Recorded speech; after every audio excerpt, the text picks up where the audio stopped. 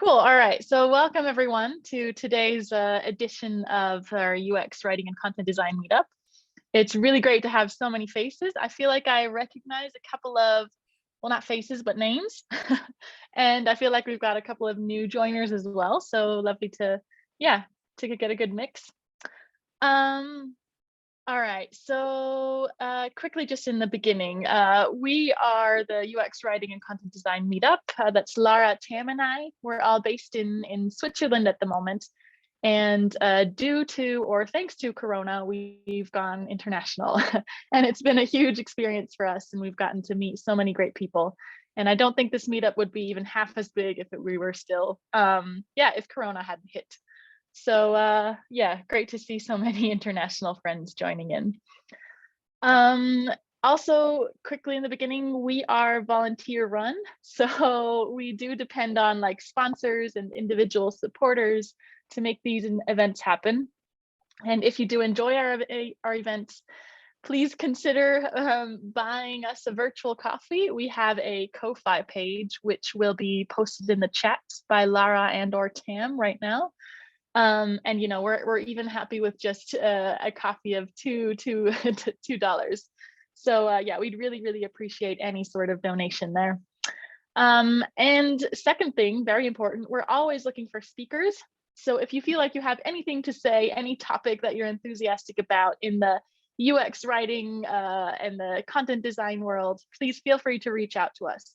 We're also happy to, you know, flesh out an entire talk with you guys. So yeah, about today, we have Guthrie Watson here.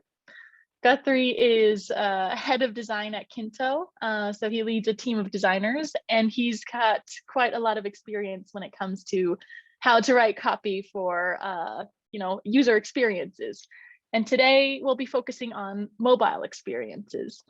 So Guthrie, I'll let you introduce yourself in a bit, but today's topic is about collaborative UX copywriting for better mobile experiences, which means Guthrie will be talking about, you know, like UX copywriting and how it's best done in a team. So it shouldn't be someone locked in their room and writing the words, but actually it's a team effort.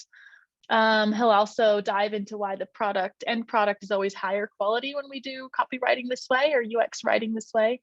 And in the end, he'll also touch upon some localization processes that they've put into place at Quinto. And one more thing before we get started, from an organizational perspective, we'll have a Q&A session with Guthrie at the very end of his talk. So if you have any questions at any point in time during the talk, please feel free to just throw them into the chat. Lara, Tam, and I will collect the questions, and we'll throw them back at you, Guthrie, in the end, so that we can, yeah, have a bit of a discussion going in the end. Right. Yeah, I think that's all I need to say in the beginning. So with that, I'm handing the mic over to you, Guthrie, in London. Okay. Thanks so much for being here. Thanks so much for welcome, Fiona. Yeah, it's really great to be here. Let me just start by sharing the right screen. Is this going to work? Let's fingers crossed. We've shared the right. Okay, that's looking good. So far, so good. So yes, as Fiona mentioned, we're going to be talking about how to do collaborative copywriting for better mobile experiences. So I'm just going to introduce myself and the products that we work on, so that you have some context for what I'm going to discuss. So I'm head of design at Kinto Mobility Solutions, and I guess my passion for writing, because I feel like that's an important part of all this, comes from a degree in journalism that I did,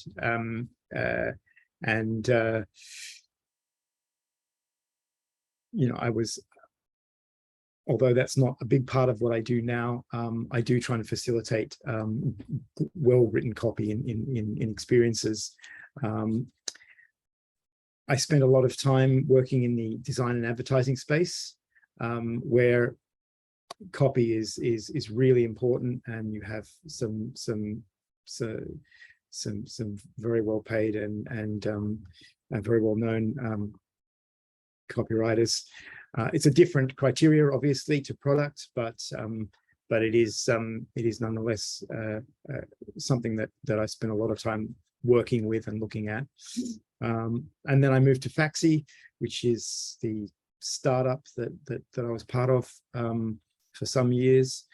And then now I'm in what I would call, would describe as a sort of corporate innovation space. So Kinto Mobility Solutions came out of Faxi, it was bought by Toyota. And I do love a good story. And now we're just telling those stories in a different space in products. So yeah, that's a bit about me. So what is Quinto? It's in short, it's Toyota's mobility brand. So by that I mean transportation apps and platforms that help people travel to work or their whatever their daily activity is, and for pleasure. Car ownership has changed and continues to evolve. Micro mobility has arrived everywhere en masse. I'm sure most cities now are covered in e-scooters and electric bikes and people standing on single wheels transport that's getting them around. So that's the kind of space that they decided they needed to move into as a traditional car manufacturer. So yes, what began as a carpooling startup in Faxi was bought in 2019 by Toyota, and then we provide software and design and development services. We've got three main products that we're working on, but we are adding more. Kinto Join is the sort of sustainable travel and carpooling experience. Ride is the shuttle service and fleet management, and Motix is the kind of data analytics. So things like telematic insurance and those kind of products rely on big data, and they've got an app that you can put in your car that collects that. And that's something that we've worked on. So that's just to give you a bit of a quick background on the product. And so when I talk about copywriting, this is what we're writing copy for, those products. I guess, so why mobile apps? It's definitely because it's more complicated, and it's not just complicated because obviously there's this screen smaller. I mean, that's the most obvious thing, but actually when I think about it, it's also you step from interaction to interaction. So the copy that starts on the first screen provides a context for the copy that appears on the next, or a draw or a modal or whatever kind of interaction that you're working with. And so if I was to listen to some of the CEOs and guys I was working with in the startup phase, I would put copy all over everything and it would be a mad hot mess. And so how do you make it so that in the context, in the flow of that, it makes sense? You still need to write well-written words to help users complete those tasks. So yeah, UI, iconography, interactions, and copy all need to work in concert in a way that is quite challenging with mobile. So as I was saying offline earlier, if you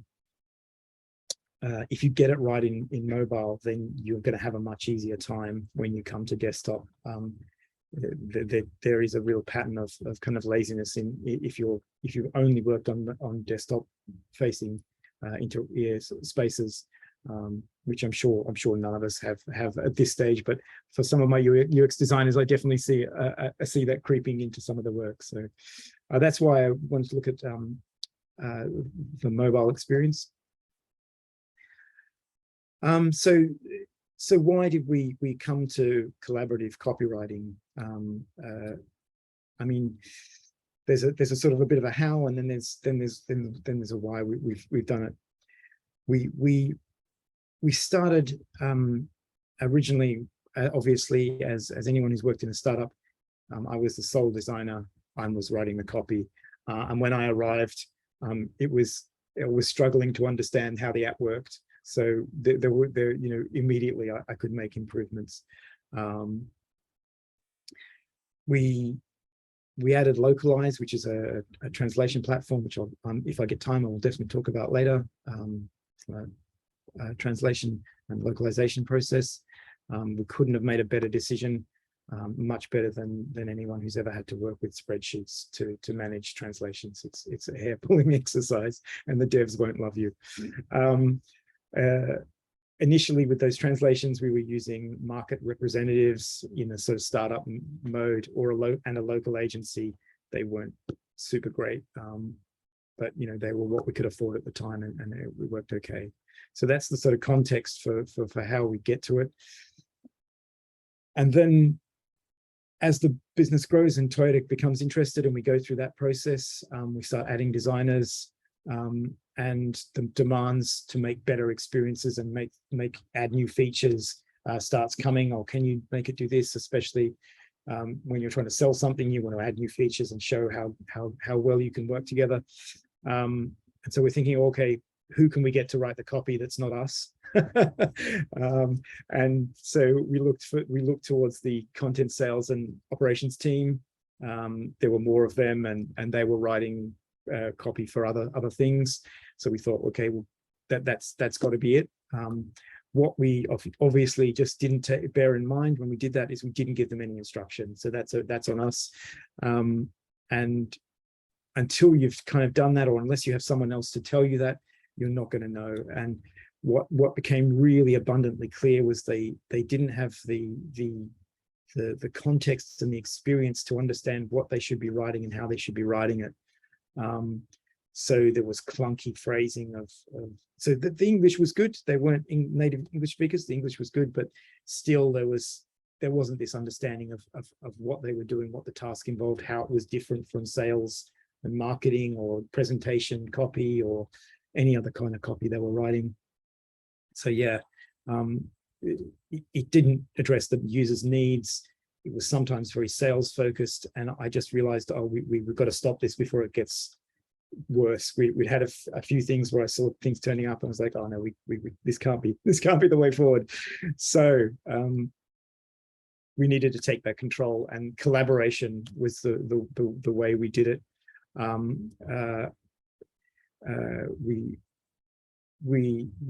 I knew I was going to struggle. I mean, I was struggling to get more designers, so asking for money for a copywriter seemed like a dream over the hill that I wasn't going to get past anybody.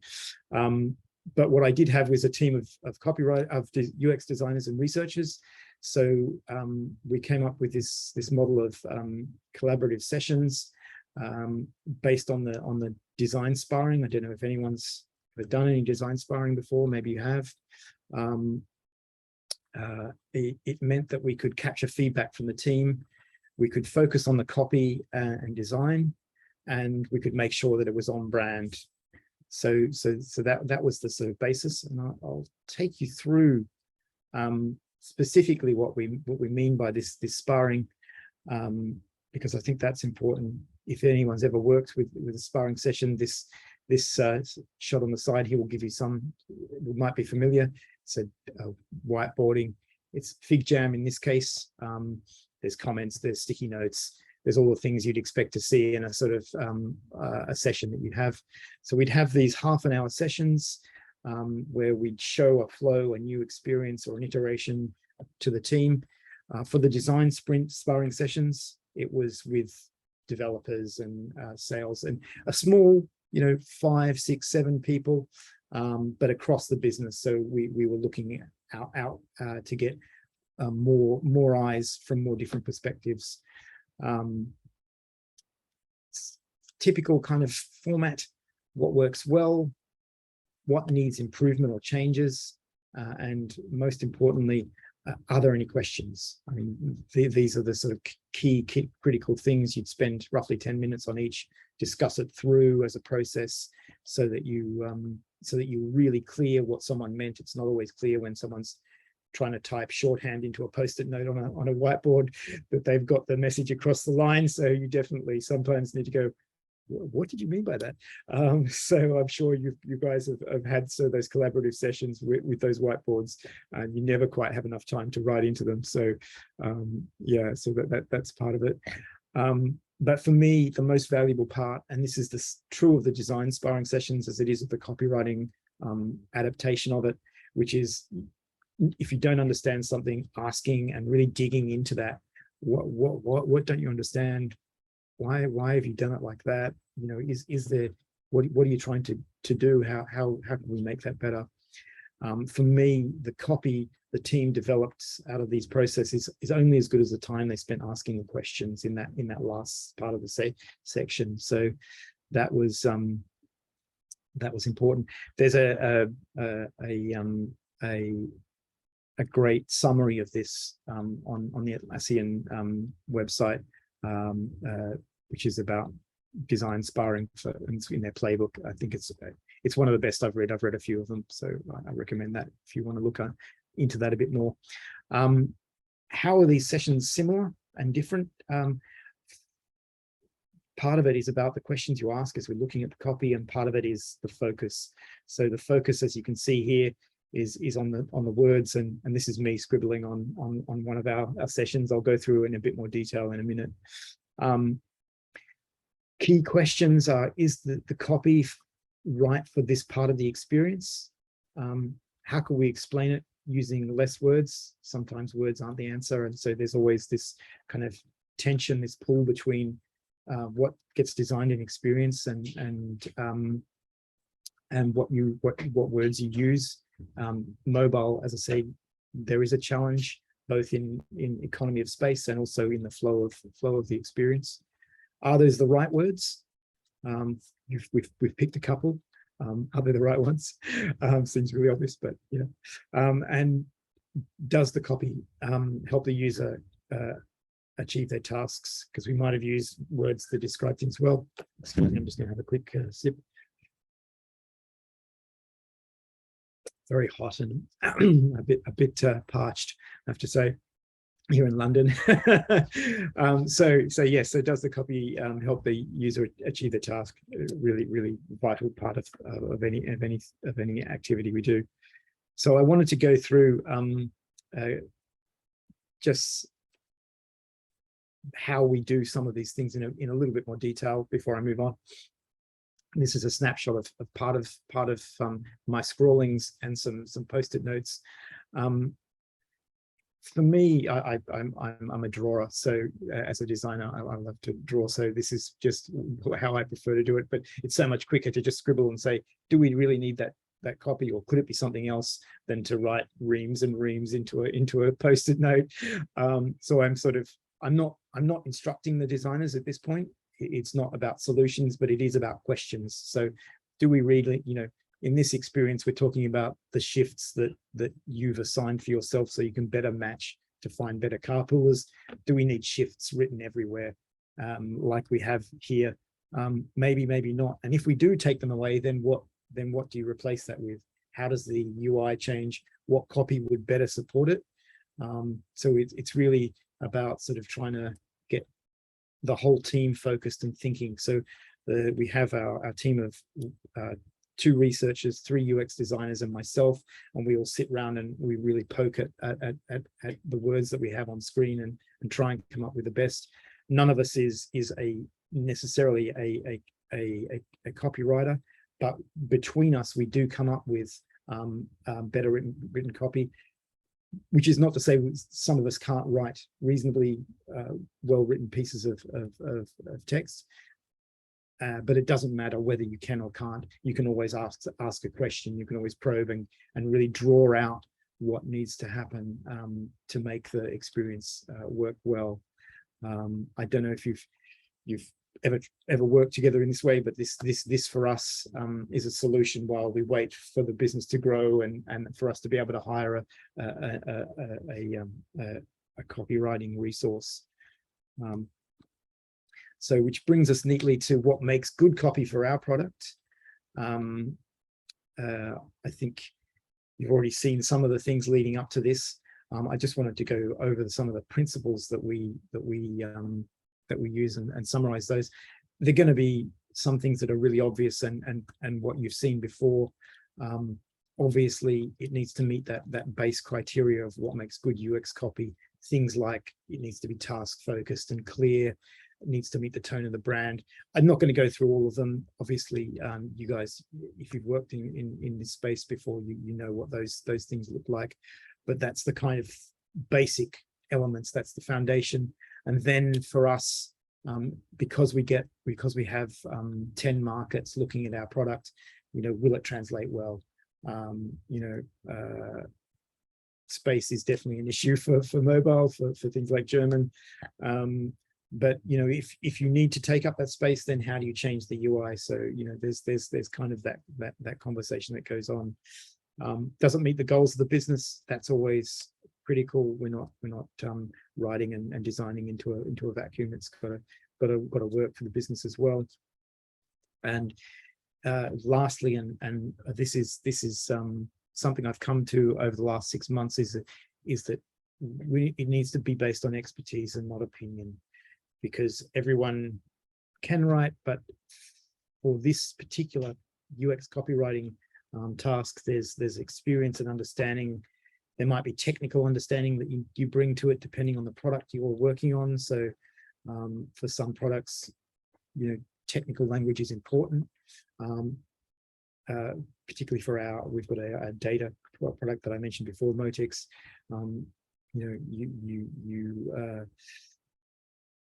That expertise is critical in understanding how the products work, how the technologies work, and where it sits. So that's really key. So that's kind of most of my talk. Do we still have time to go on to the localization piece? Yeah, okay, I'll continue on. I think what follows on from the collaborative exercise that we've done, we've come up with great copy. We've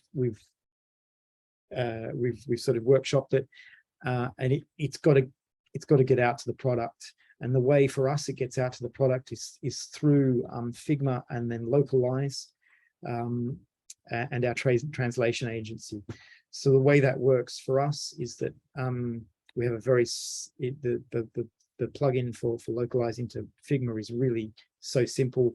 You connect your strings of text from Figma, and you either create or connect to keys, and then you push those up to the platform. What's great about Localize, I'm sure other platforms do it, but is that they drag a screenshot up so the translators have context even without us providing the user flows. They have that context straight away, so we're already in a better place. It centralizes the copy. There are other really interesting things you can start to do when you create a glossary in multiple languages. So if you have words that you use in a unique way that aren't used in that way in other products, you can give definitions and provide clear instruction to your translators.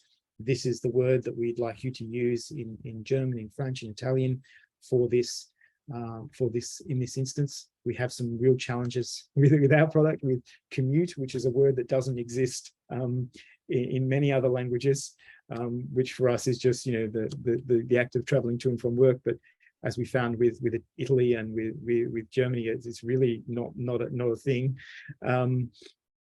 So just finding what those words should be and how we should describe them and all that it's been an interesting process. So once it's in Localize, there's a sort of interaction that the translators have. We create a job for them, we push that out to them, because we don't need them to translate every key all the time. They just need to translate the new work. That comes back, and then that goes out once it's been signed off from their side, developers are ready to pull it down for their releases. So that's the kind of process in a nutshell from our side. It sounds complex, but it works really well, and it doesn't require huge amounts of time from the team once you've set things up and you get the process going. So it also means we can make changes very easily. We can also pull down translations back into Figma and provide those to markets very easily for things like App Store presentations. So, it's a really, it's worked really well for us and creates a lot of efficiency. The less boring tasks we have to do, the better. The more we focus on great words and great experiences. So what's important in this process for us is that obviously we start with great copy. We provide translators with context. So the screenshots, as I mentioned, are the first thing. Then we provide Figma links so that the translators can go, oh, this is a new experience. Okay, here's the link. I can see where it fits in the flow of the experience. That means that we're going to get better translations back because they're going, oh, you've already mentioned those words there. Okay, so now I can see as a translator for whatever language we're working with, we can just provide what's needed. That's why they've written only those few words. Okay, that makes more sense. And for us, what we've had is the translators ask us for demos. So when we've designed a whole new part of the app, can you demonstrate that to our translators and project managers? And that's something that we provide when we're doing this. Again, to give them a more context for the translation, and so that we can get better words back. And that we create this great multilingual experience. And it's not just in the base language. We've used English here just because the platform, the business was started in the UK, but it doesn't matter what base language you're using. All of these processes should help. Translate as late as possible. Get the release date from the developers and do it right up to the last minute, so that you've got all the time to make those last minute changes and you don't have to get things like translated again. That's really important. Feedback from stakeholders, they really wanted to be involved in the process, but as you can imagine, that's not possible. So it happens after release. If there's problems with translation, then the agency will hire a very good professional agency. Then we need to fix that problem. We don't want to have markets who aren't being paid or individuals who aren't being paid being responsible and being blockers in the release of the software. So we just have to trust that the translators are the best they can be, and if there's a problem, take it in feedback. We haven't had that many problems, to be honest. There's been some, it's a matter of discussion. They really, some people are really keen on what they believe the right words should be in their language, and we respect that, but we just, as a business, it doesn't work. It's not scalable. If we had a UX copywriter, there might be a way to do that, but at the moment we just can't support it. And again, and this is the same for the copywriting as it is for the translation. We're trying to build the system around expertise, not opinion. If the translators aren't translating well, then we need to help them translate better. That's kind of what it is. So that's it. I hope I haven't gone too long there. But yeah, that's it. Thank you very much. Over now to, I guess, the Q&A part of the session. Thank you so much, Guthrie. I think I speak for everyone when I say virtual applause. Yeah, thanks so much for all your insights. I think this is like a great way of looking at, like writing, especially in smaller teams where you don't yet have a writer in place, and I can definitely see like the benefits. Me as a writer, I see the benefits of having like the design team working on the writing in a collaborative spirit. So maybe just jumping straight into the Q&A part of things. We have a question here from Yeem. She's asking, I've often heard that it can be difficult to recruit a strong team and stakeholders becoming involved in the design process. Did you have any criteria for selecting like 5 to 7 team members for the design spar, Or do you have any like tips on recruiting people for this process? Or so yeah, I mean, I was, and we were still trialing this, to be fair. Like it's definitely something that we're refining. For me, it's all about the design team. So it's all about our UX researchers and UX designers. We've also got a graphic designer now. He will definitely be joining in that side of things. The more eyes from a sort of that design expertise space, the better. So developers and other team members have already had some input into the process in terms of when we're iterating and improving a feature. So there's a chance for them to raise those if there are copy issues that they're concerned with, or they can raise them then. They can also raise them afterwards, like anybody else can.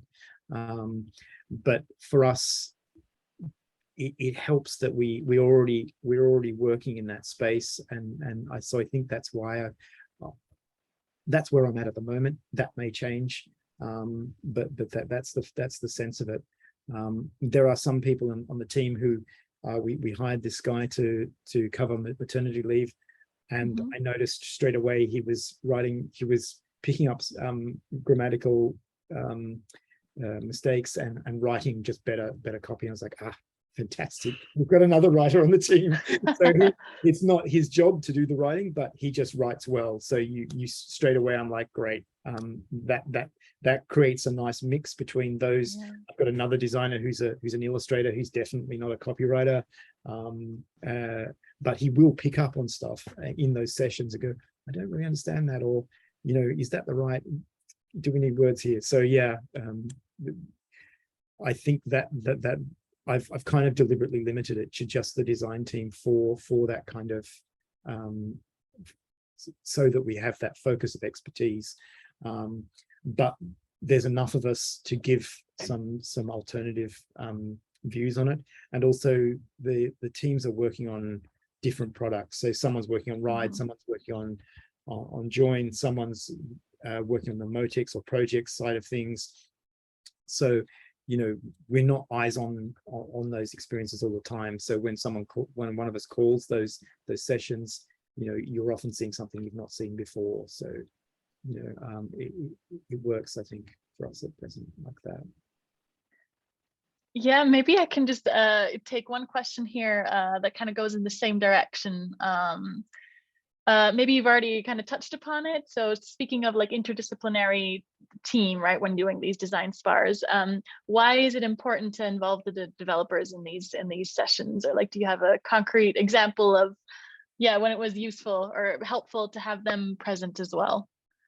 Yeah, I mean, definitely. So some of them. So I definitely. We're working on some of the App Store materials, and one of the guys who is our lead for iOS dev, he'd had experience of working on those things, and he knew what would pass and what wouldn't pass in terms of screenshots and supporting text.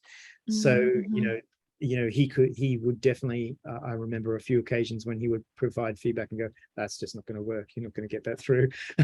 So these kind of things, you don't know what people's other experiences are, and also they can bring a rigor, like there is a sort of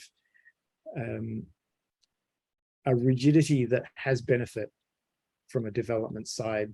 We've for designers, there's a real empathy, but sometimes that rigidity also has is needed to provide a structure and context, and so I find that can be quite useful as well, and they definitely poke holes in your experiences. So what about this, what happens when, it's all that stuff, and that can be good. Equally, there can be challenges. I've never seen a developer who doesn't love an error message. And I've got to be honest, the less of those we're showing to our users, the better, unless they're providing some value, and a way forward. The kind of some of the mad stuff, server errors in a mobile app that's trying to help someone get from A to B. It's like, no, we've got to find a way to rework that one. Yeah. So maybe speaking of like these different perspectives all coming in to create a better experience. We have a question here asking, do you see it as a possibility that you'll hire dedicated UX writers in the future? Or do you think like this process that you guys have got in place already works maybe even better than having a dedicated writer on the team? I think as we add more product, it's going to become critical. I can't see, we've got, there's some convergence of products, but even that then just means that you have feature teams. So you'd still need that because you have these very distinct experiences. I definitely see that I would want to, just because also the sales and it's either that or train up some team members to do that work. But I think I can imagine that will be needed, because there's a need for copywriting, not just within product, but also within the sales marketing side of the product as well.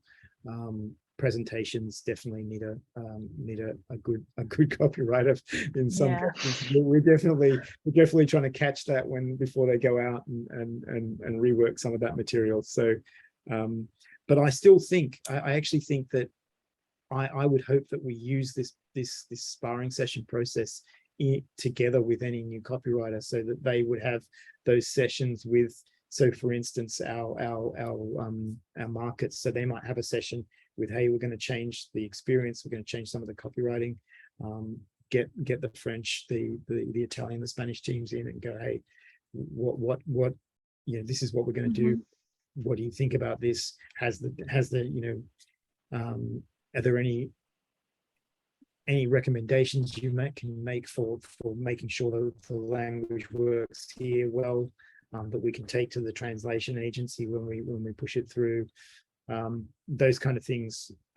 When you do good workshop facilitation, you get a better outcome all around. So for me, that I would hope that process would live on even after we hired some more content designers. Yeah, I think like personally, I find it very inspiring, like this way of working, even as a writer. So another question from Elizabeth. The text snippets that we were talking about were all embedded in a mobile experience, so they're rather short. Do you have any insights on how this would work with like longer copy or like sentences, paragraphs?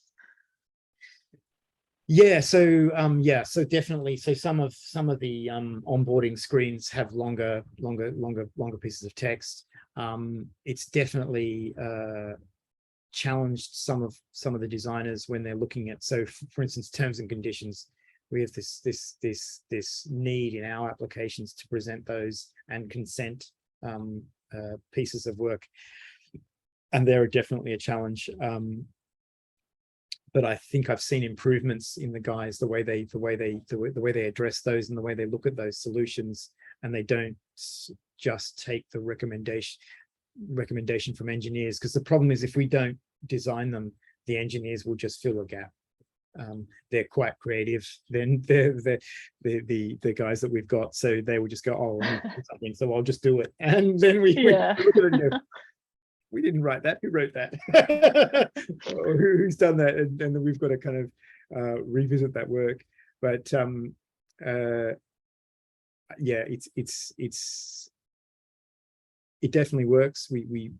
And this is where the people in our team who are a bit more able to write that copy step in and can sort of help and advise on improving stuff. Also, our team are looking at improve. One of our team is really keen. He's doing a course on copywriting. So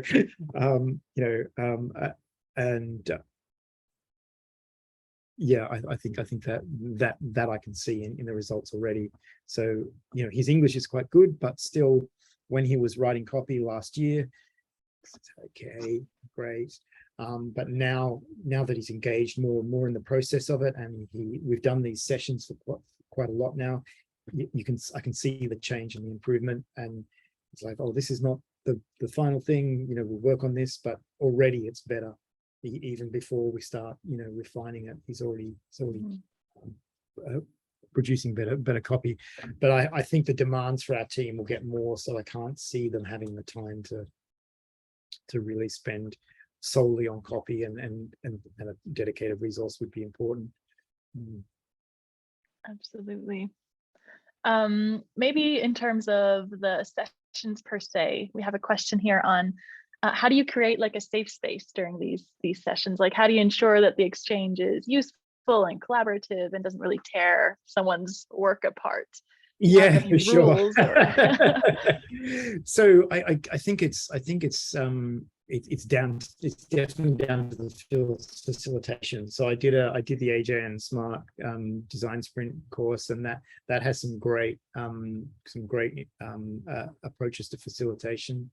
So you can do stuff like if you can find some nice quiet instrumental music to put on in the background for when people are writing on those post-it notes, that helps a lot.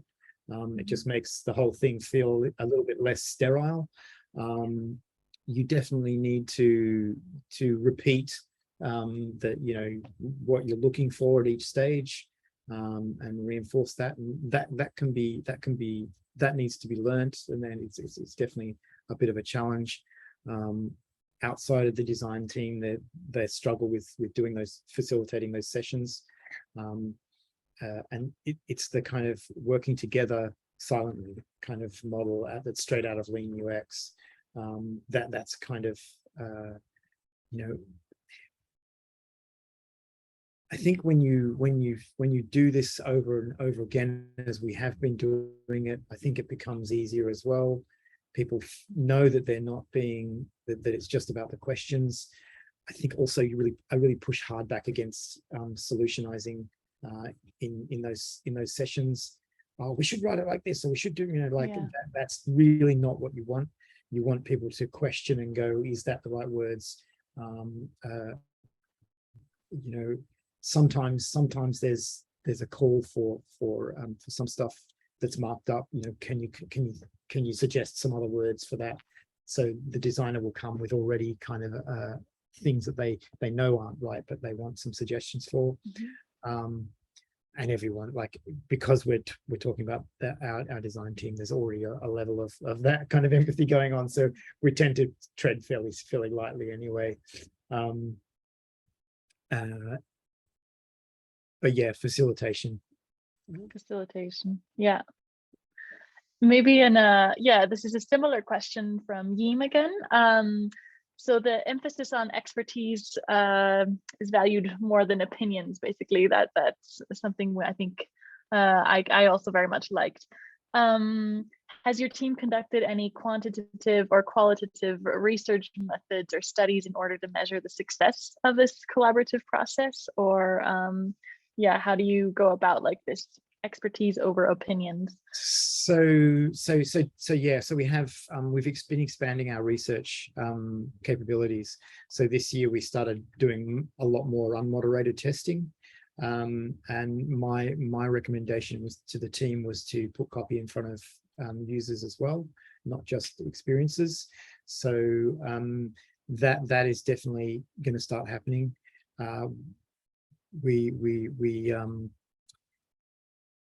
We had some challenges with retaining some of our researchers, unfortunately. So that made things, we had to slow down on that a bit. But I see that happening once we get that resource back in place.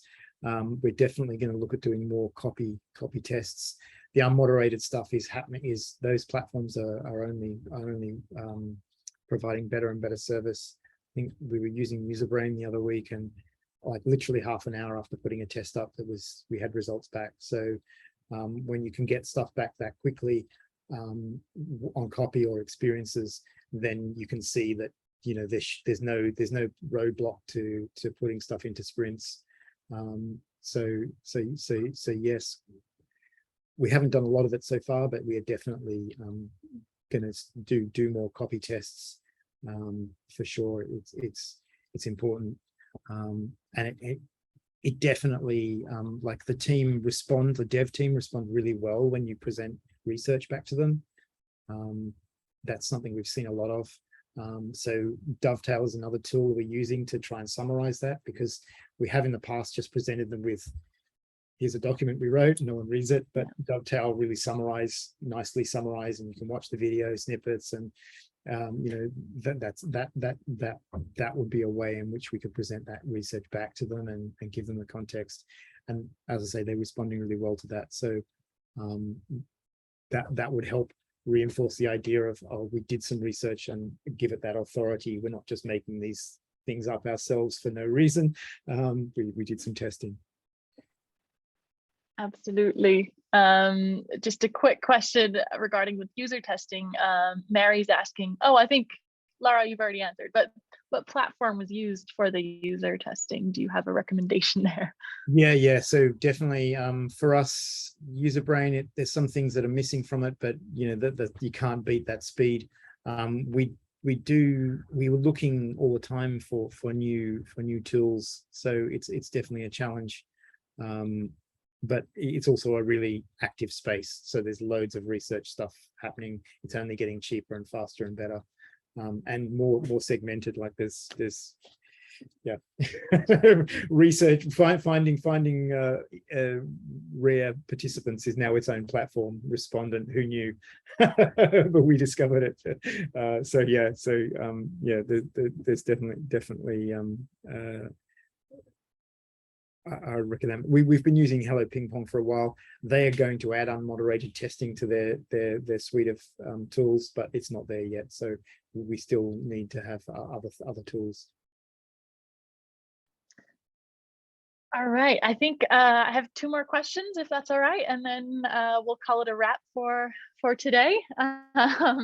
So, okay, one question that came here in was regarding the where was it? Here we go. Regarding the translations, since you're outsourcing these to an agency, do you have any like internal quality checks, or how much are these translators integrated into your team, or if at all?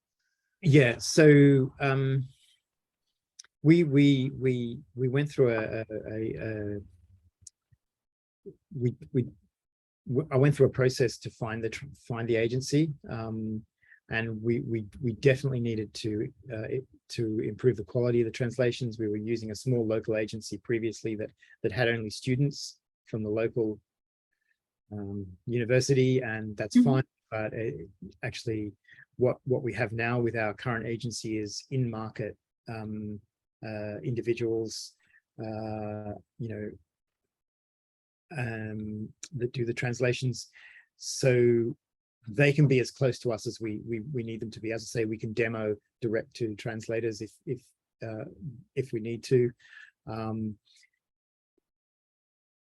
There's a sort of line between what you want to do as a product. We don't produce a lot of content in terms of, we're not like a news application. So the amount of copy that goes into the app is limited. So obviously we're developing and changing the product all the time, so there's always a demand for translations, but I for efficiency and we just picked a good quality agency that would partner with us. I think that's the most important thing. They're very responsive. If there's questions around translation, we can get that sorted out very quickly, and because of the pipeline we have, you can literally hit a build on the bundles for the translations, and it can be in the app as soon as that copy is refreshed. I think for iOS it's once a day, for Android it's as soon as it's released, you push out the improvements and they appear in the app. So it is, for us, it's about making sure that the translators improve their process, and we partner with them. So the demos is something that came out of that, and that was really important. So if you do all that stuff, for us, we didn't need to have sort of in-house checks. That would be quite expensive. We've already got 10 or 11 different markets, so that would be either someone with really great dual language or a native speaker. we're not going to be able to beat native speakers in country. That would be really hard to hire those. So that's what our agency offers us is that really high quality translator. So yeah, that's that kind of, again, back to that expertise piece where we're trying to get someone who will provide that service for us. Yeah. All right, and one last question on your opinion this time on any do you have any like resources or books or articles, anything for content designers who have the most experience in web and actually want to grow their skills within the mobile content area? Yeah, it's interesting, isn't it? That's quite a difficult one. I when I go looking for that mobile stuff, I find it hard to find.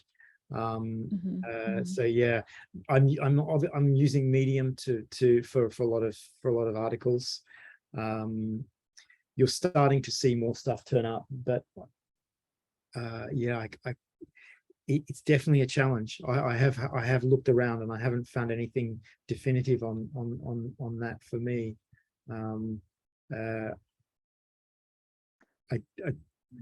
Yeah, it's definitely Medium is a good start. Yeah, Medium is a good start. I think just yeah.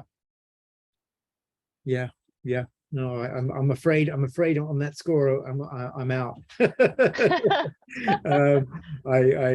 Yeah, I mean, I think the best thing I would recommend, and this doesn't matter whether you're a copywriter or not, really, in designers as well, is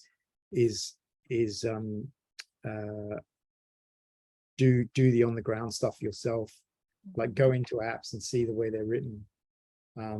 Pick the best ones, because what I often find is they're not as great as we imagine. The big brands are doing it really well. They must be doing fantastic. Apple must be, their apps must be designed and written into the inch of their lives. But for anyone who's ever used the podcast app, the experience is not what you'd hope for. Absolutely. So I'm sure the copy is the same across all of those. So I'm looking at new apps all the time, and I think that's where you just get an innate sense of what's working and what doesn't work, is just by consuming a lot of that stuff. I think it's articles and those materials are good, and books are good, but actually just use stuff, try stuff out, constantly try stuff. I know that's definitely something that I did as a startup. It's like, get 5 different, 10 different apps and see what they all do. How are they all doing it? No, we don't want to do it like that. Let's some other way. Exactly. It's really key. Gathering your knowledge, picking it from all sorts of sources, basically. Yeah, no, I like that. A collaborative approach, even in finding resources for mobile design. Cool. I think with that, we can wrap up our official part of this meetup. So Guthrie, thank you again so much for all your insights. I thought that was I love the Q&A at the end. I really liked all thank you everyone for all your inputs and questions there. So that was a really great session. If you would like to stay, we do have a voluntary, like a not mandatory at all, breakout room speed networking session now. So for anyone who would like to stay for a little while, you're welcome to stay for a little while. And if not, a quick shout out again, we're volunteer run, so we'd be happy even for a coffee of $2 on our Ko-Fi page. That would be amazing. And if not, we just hope to see you again next time. We host this meetup on a bi-monthly basis, so see you in 2 months' time if you don't stay.